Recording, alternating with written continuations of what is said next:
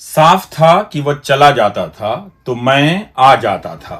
और इस महाकाव्यात्मक फिल्म में सामाजिक इंटरवल नहीं हो पाता था।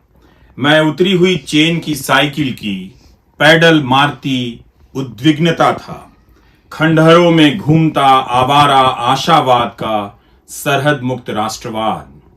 सम्मोहन के जाल में न फंसता हिरण और किसी भी प्रकाश की पहली शिखरीय और आखिरी किरण।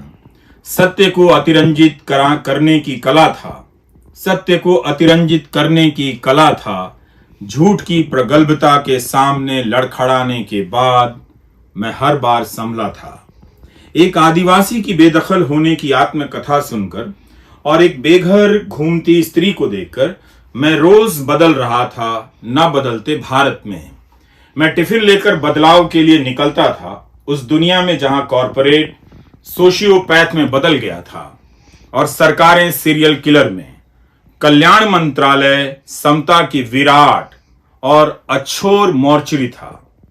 अज्ञान के प्रसार के लिए था शिक्षा मंत्रालय और उन्माद के लिए कल्चर की मिनिस्ट्री। बहुत अवसाद में भी भीतर से खी खी निकलती कि देखो इनके पास अब भी है संस्कृति। गृह मंत्रालय घर ढहाता था। अधिनायक अहंकारक संहारक सच नहीं बोल पाता था और स्यूडोलॉजिका फैंटास्टिका बीमारी के इलाज के लिए दी गई गोलियों को लिबरलों की स्टडी में फेंक देता था।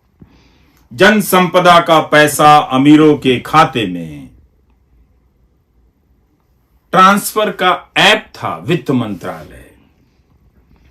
10-12 भाषण लेखकों के सहारे चल रही थी सरकार। जन संपदा का पैसा अमीरों के खाते में ट्रांसफर का ऐप था वित्त मंत्रालय।